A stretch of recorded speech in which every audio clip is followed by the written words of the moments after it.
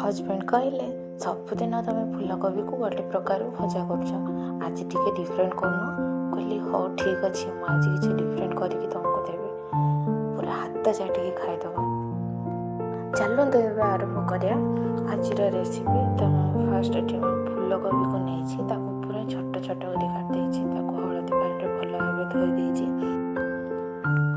मुझे कढ़ई नहीं कढ़ई 2 चामच तेल नहीं गोटे चामच जीरा नहीं भाजीदेवा।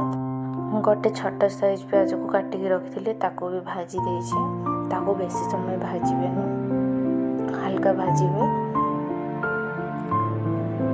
हल्का भाजी गला प्याज तापर हलदी पकईदेवे हल्का पकईबे बेसी पकईबेनि। तापर फूलकोबी पकईदे भल कि भाजीदेवे लुण टे पकईदे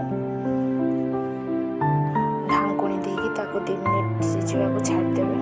आठी मु मसला प्रस्तुत करुँचे किसी धनिया पत्र नहीं गोटे मीडियम साइज टमाटो नहीं काटी देछि लंका 2टा कंचा लंका देछि ग्राइंड कर देछि।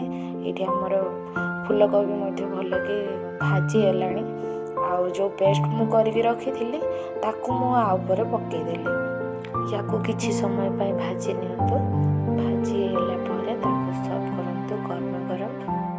मु तो सर्व करदेली मो हजबैंड को से मत कहले आज कौन एत ग्रीन ग्रीन लगुच भजाटा। मुझे हाँ मुझे ना तुमको आज किसी डिफरेंट करके देवी तो से आज मुझे डिफरेंट करके देछि फूलकोबी भजा।